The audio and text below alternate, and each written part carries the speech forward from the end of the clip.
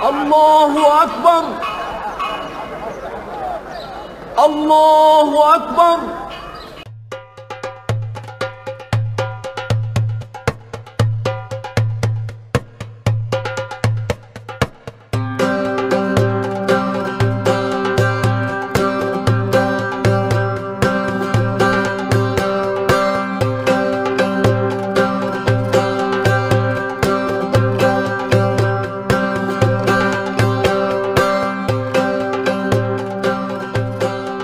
Hai, Assalamualaikum warahmatullahi wabarakatuh. Selamat datang ke Zaz TV. Dan pada hari ini bersama saya, Ahmad Ikhwan Helmi bin Nordin, kita akan membincangkan mengenai peranan masjid dalam peradaban Islam. Jika dilihat sedutan video awal-awal tadi, ia merupakan satu gambaran peristiwa di mana Rasulullah SAW bersama sahabatnya berhijrah dari kota Mekah ke kota Madinah baginda singgah di satu tempat yang dikenali sebagai Quba. Di situ Rasulullah membangunkan sebuah masjid yang diberi nama Masjid Quba. Masjid ni merupakan masjid yang terawal di zaman Rasulullah, dan di situ jugalah azan dilaungkan buat kali pertamanya oleh Bilal bin Rabah. Begitu juga apabila sampai di kota Madinah, Rasulullah membangun Masjid Nabawi. Di sini kita boleh nampak bahawasanya masjid mempunyai tempat yang tinggi dalam kalangan umat Islam, dan menjadi tanggungjawab kita terutamanya umat Islam untuk memakmurkan ataupun mengimarahkan masjid kerana ia membawa kesan dan impak yang positif kepada kita, seperti mana firman Allah dalam surah Al-Taubah ayat yang ke-18 yang membawa maksud, hanya merekalah yang memakmurkan masjid-masjid Allah, mereka yang beriman kepada Allah dan hari kemudian, serta tetap mendirikan solat, menunaikan zakat, tidak takut kepada sesiapa pun selain pada Allah, maka merekalah orang-orang yang mendapat petunjuk. Jika dilihat kepada negara kita iaitu Malaysia, masjid juga mempunyai peranan yang penting di zaman Kesultanan Melayu Melaka, di mana masjid dan juga surau menjadi tempat pusat pembelajaran dan pusat penyebaran agama Islam. Tanpa membuang masa, apa kata kita dengar apa jawapan pakar terhadap persoalan yang pertama, iaitu apakah fungsi dan peranan masjid yang sebenar jika dilihat kepada zaman terdahulu. Baik, peranan atau fungsi masjid yang pertama sebagai pusat ibadah. Contohnya aktiviti solat berjemaah, kan? Adanya bacaan Al-Quran, berzikir dan sebagainya, pusat ibadah. Yang keduanya pusat masyarakat, berkumpulnya ramai-ramai, contohnya ada mengadakan gotong royong, kan, nikah, program nikah dan sebagainya. Baik, seterusnya pusat pendidikan. Masjid ada program kuliah agama, kuliah duha, semuanya aktiviti berkaitan dengan pendidikan di masjid. Baik, seterusnya program politik, pusat pentadbiran dan politik. Contohnya kita nak bagi dekat asnaf duit, maka daripada situlah terkumpul di masjid.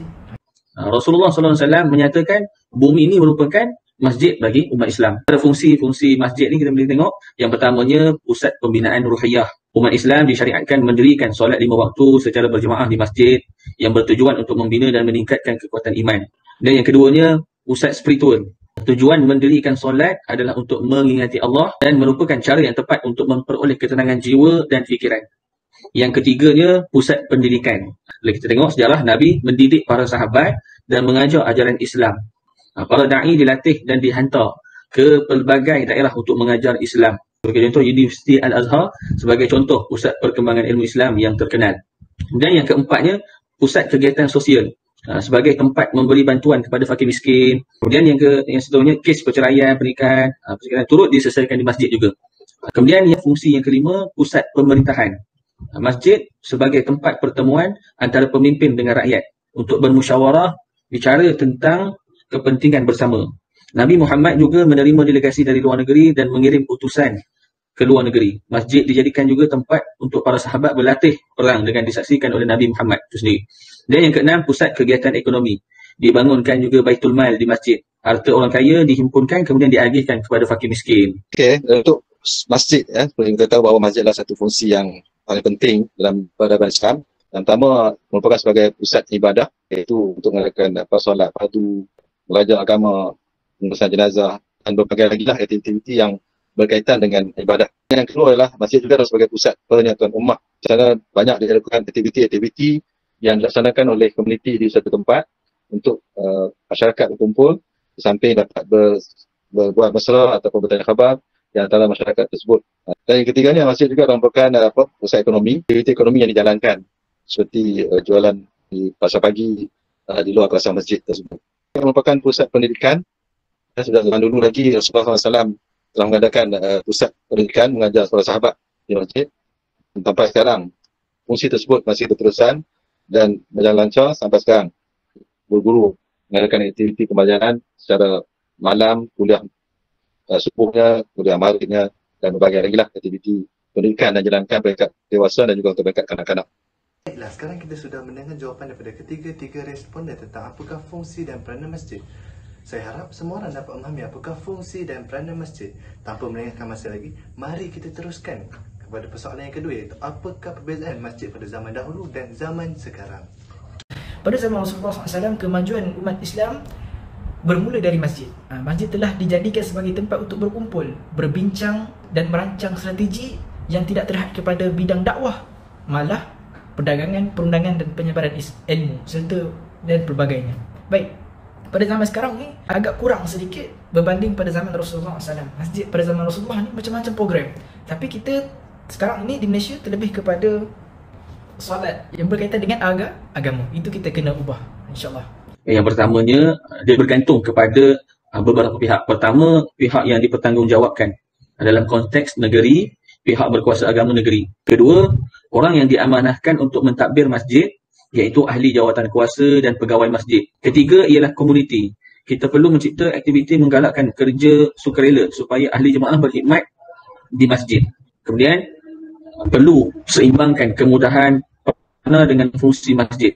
Kadang-kadang yang menyebabkan pihak pengusaha masjid ni mengambil pendekatan agak kaku kerana prasarana yang ada di masjid ni hanya mungkinan untuk mengadakan aktiviti solat sahaja. Jadi ia tidak menyokong atau menyediakan suasana lebih kondusif untuk aktiviti yang lain. Tetapi jika kita lengkapkan dan pelbagaikan kemudahan di masjid, ia boleh dimanfaatkan untuk aktiviti-aktiviti yang lain. Sebenarnya ada yang berbeza dan ada yang masih betul seperti yang saya sebutkan tadi. Dari sudut ibadah, maknanya tidak ada perbezaannya, iaitu sebagai pusat ibadah, sebagai pusat pendidikan. Semua perbezaan itu bergantung kepada pengelolaan ataupun pengurusan masjid tersebut. Bergantung kepada prasarana, bergantung kepada kewangan masjid itu, bagaimana nak jalan aktiviti, dan juga bergantung kepada pihak AJK ataupun program masjid untuk menguruskan menjana aktiviti supaya dapat dimanfaatkan oleh masyarakat sekeliling. Bersama saya lagi pengacara anda semua. Sekarang anda semua telah mendengarkan jawapan daripada ketiga-tiga responden tentang soalan kedua. So, mari kita teruskan kepada soalan yang ketiga, iaitu berikan cadangan yang boleh diambil agar mampu menggabungkan generasi baru dan generasi lama supaya masjid ini tidak terlihat semata-mata untuk melakukan ibadah, tetapi dapat mempengaruhi peradaban Islam. Kita balik kepada zaman Rasulullah SAW. Kita kena jadikan masjid pada zaman Rasulullah sebagai contoh kepada kita pada hari ini, kan? Macam mana Nabi SAW menghidupkan masjid itu. Masjid bukan hidup dengan keindahan, kecantikan di luar, tetapi kita tengok keindahan dalam tu, pengisian dalam tu, apa yang masjid buat. Jadikan masjid untuk tempat berkumpul, program, semuanya di masjid. Dan yang paling penting, solat berjemaah semuanya ke masjid. Ni sumber kekuatan umat Islam yang tak ada pada orang lain, orang kafir tak ada. Umat Islam ada, iaitu solat berjemaah. Selain itu, kita hidupkan suasana masjid dengan bacaan Quran, kan? Yang pertamanya, libatkan orang muda dalam ahli jawatan kuasa masjid. Yang kedua, wujudkan aktiviti yang bersifat mesra orang muda, sama ada di masjid ataupun kawasan sekitarnya. Dan yang ketiga, adakan ceramah khas untuk orang muda. Dan yang seterusnya, bina beberapa tim mengikut minat orang muda. Yang terakhirnya, beri sedikit insentif kepada orang muda yang selalu datang ke masjid, yang selalu melazimi masjid, yang aktif dalam program kemasyarakatan di bawah anjuran masjid itu sendiri. Pertama, libatkan orang muda dan ahli jawatan kuasa masjid. Yang kedua, wujudkan aktiviti yang bersifat mesra orang muda sama ada di masjid atau di kawasan sekitarnya. Yang ketiga, mengadakan ceramah khas untuk orang muda yang menjawab isu berkaitan kehidupan yang dialami oleh mereka dan dalam penyelesaiannya. Sebagai contoh, isu cinta mengikut neraca syarat sebenar, isu membina keluarga bahagia, isu melunaskan hutang dengan baik mungkin dan lain-lain. Terima kasih diucapkan kepada pakar-pakar kita itu tadi kerana sudi meluangkan masa untuk memberikan pendapat mereka dalam rancangan ini. Kesimpulannya, antara peranan-peranan masjid adalah sebagai pusat ibadah, pusat masyarakat, pusat pendidikan, pusat pentadbiran dan pusat kegiatan ekonomi. Seterusnya, jika dibandingkan masjid pada zaman dahulu dan sekarang ialah, pada zaman dahulu, masjid adalah tempat berkumpul bagi masyarakat, tempat untuk berbincang dan tempat untuk merancang strategi perdagangan dan sebagainya. Manakala pada zaman sekarang, masjid lebih kepada aktiviti solat sahaja dan perbezaannya bergantung kepada sumber kewangan yang diperolehi untuk melakukan apa sahaja aktiviti. Akhir sekali, antara langkah yang boleh diambil agar mampu menggabungkan generasi lama dan generasi baru agar masjid tidak dilihat semata-mata untuk tempat melakukan ibadah ialah dengan menjadikan masjid pada zaman Nabi sebagai contoh, sebagai tempat berkumpul dan mengadakan program, mengadakan bacaan Al-Quran secara berjemaah, melibatkan orang muda dalam pelantikan ahli jawatan kuasa masjid, mengadakan ceramah, mengadakan jamuan, memberi inisiatif kepada remaja bawah 15 tahun yang sering mengunjungi masjid, mewujudkan perpustakaan, membina ruang khas untuk bersantai dan sebagainya. Sekian sahaja rancangan kami pada hari ini. Diharap anda semua boleh faham dan jelas mengenai peranan masjid dalam peradaban Islam. Sekian, terima kasih.